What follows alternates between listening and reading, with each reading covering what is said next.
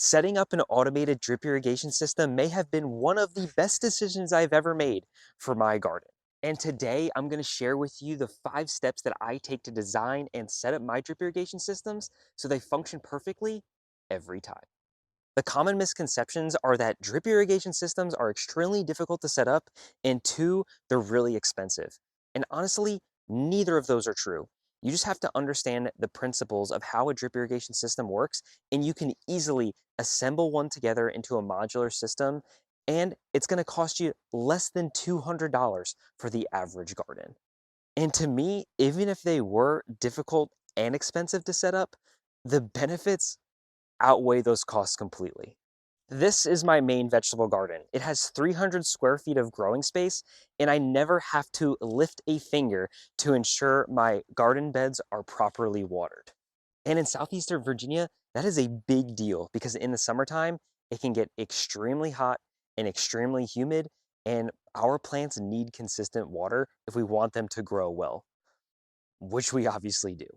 So if you feel intimidated about setting up your own drip irrigation system, make sure you like this video and subscribe to the channel because you won't be after watching this video. Oh, and check out the description because I have a drip irrigation worksheet that you can download and follow along so that way you'll get the most out of this process. The first thing that we need to know is how much water our garden actually demands. How much does it need? And I've got a thumb rule that sets the baseline for pretty much any vegetable garden, and that's 1 gallon per square foot per week. Step one is calculate your area. So go grab your tape measure and measure the length and the width of your garden bed. For this example, I'm going to assume that this garden bed is 8 feet long and 3 feet wide, which is 24 square feet. So if this garden bed is 24 square feet, that means I need to water it 24 gallons per week.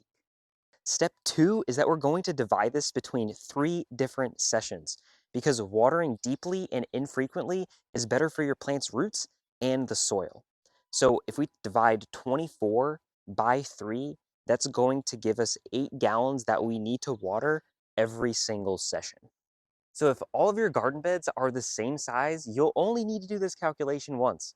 But if you have different sized garden beds, you're going to have to do this calculation for every different one. Now we're on step two, where we're actually going to design the system that actually delivers the water. We need to know how to lay out the drip lines and calculate the flow of our system. I like to keep my drip lines spaced no more than 1 foot apart so water is evenly applied. So for our 3 foot wide bed example, that's 3 lines running the length of the garden bed. I'm using poly drip line, which has emitters spaced every 12 inches. And each built-in emitter delivers water at half a gallon per hour when the system is properly designed. For our example, we have an 8-foot line, so each line will have 8 emitters. And if each emitter is delivering half a gallon per hour, that means each individual line is delivering 4 gallons per hour.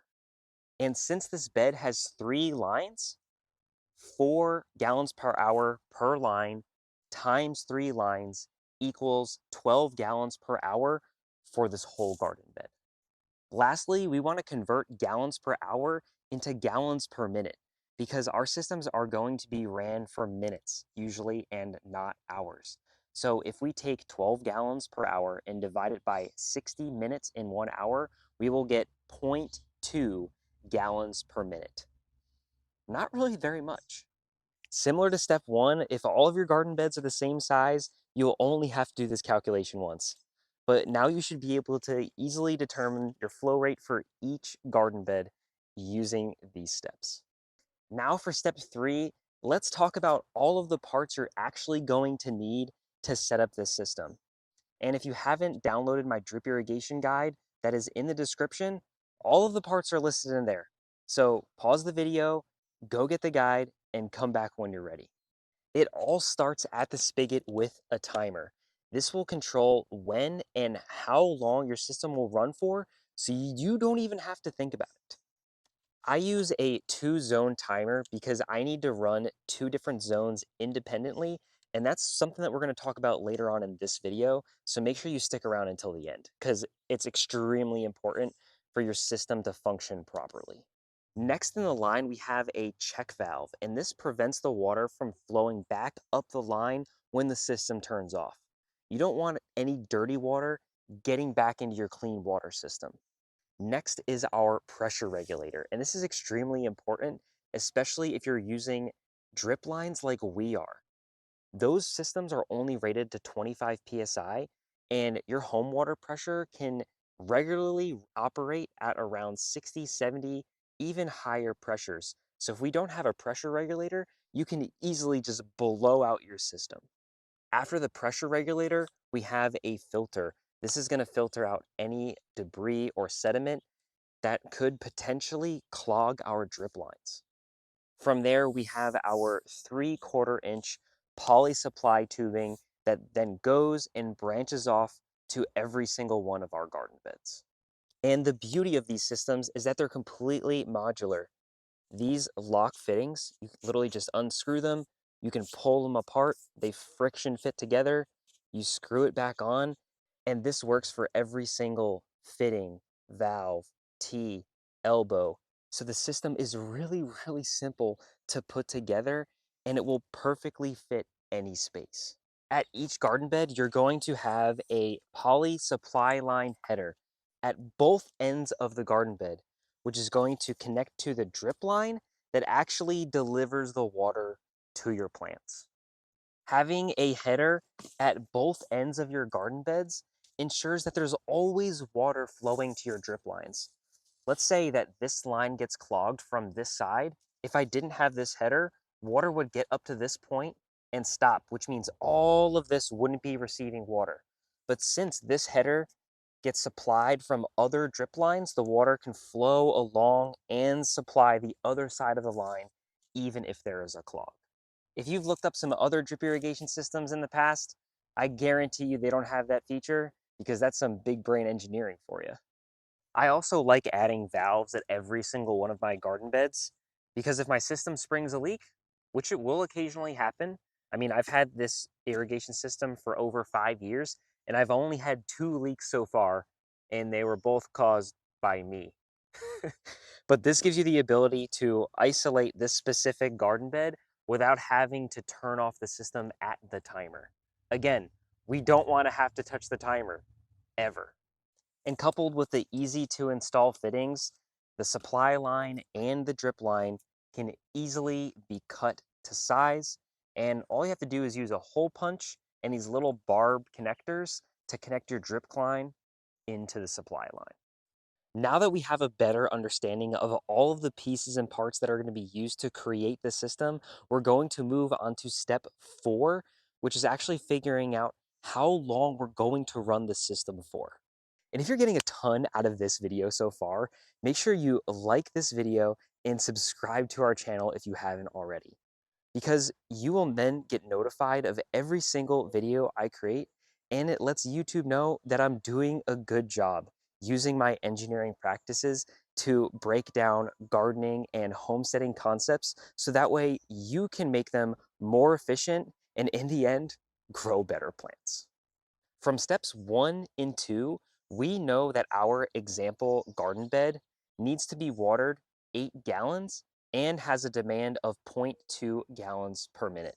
So if we take 8 gallons and divide it by our flow rate, 0.2, we will know exactly how long we need to run our system for. And for this example, it's 40 minutes.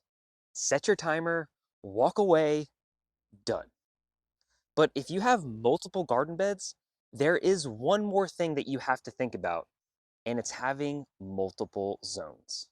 And to know if you need multiple zones, you need to figure out if your water source, like a spigot or an off-grid pump that I'm going to be using in future videos as I show you how I'm designing and building my off-grid rainwater capture drip irrigation system. But for now, let's stick with the spigot. What I'm going to use is a 5-gallon bucket or a container that has a known volume and a timer. I'm going to simply turn on my water and I'm going to time how long it takes to fill up my 5-gallon bucket. What's up, Russell? So it took 1 minute for me to fill up this 5-gallon bucket, which means that my flow rate out of my spigot is 5 gallons per minute. So if we use our example garden from our drip irrigation worksheet, which has 4 garden beds, and the flow rate is 0.2 for each bed, that means the flow rate is zero point 0.8 gallons per minute. Our flow rate is 5 gallons per minute at the spigot, so we have plenty extra. Zero point 0.8 is less than 5 gallons per minute. But if you have a larger garden like I do that is encompassed of 13 garden beds, it's going to exceed that. And this is exactly when we have to split things up into multiple zones. So if we walk through this 2-zone timer, I'll just take it to on.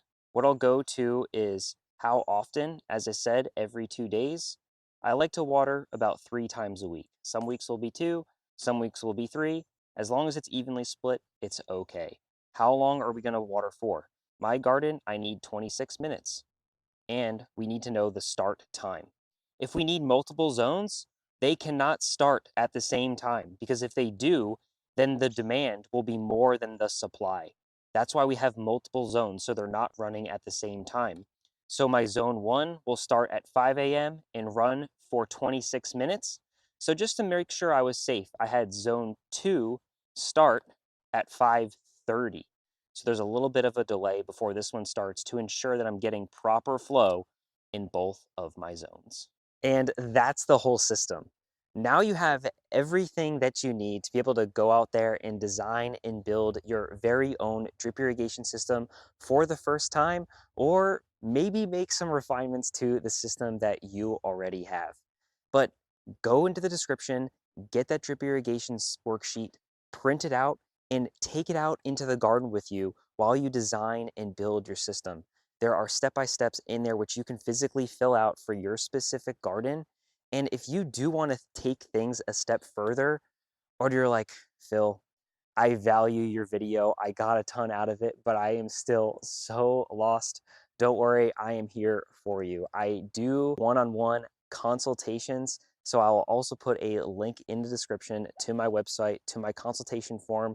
All you have to do is fill it out. I will get in touch with you, and I can help you design a personalized drip irrigation system for your garden. Thanks so much for coming along on today's video. And this is the drip irrigation system that is powering the Backyard Food Project. The garden is looking lush. We've already started to harvest a ton of fresh produce out of our garden this year. So if you are not subscribed to our channel already, please make sure you like this video, subscribe to our channel, and get ready for so many more awesome videos like this to be coming out on our channel. Thanks again for watching, and I'll see you next time. Phil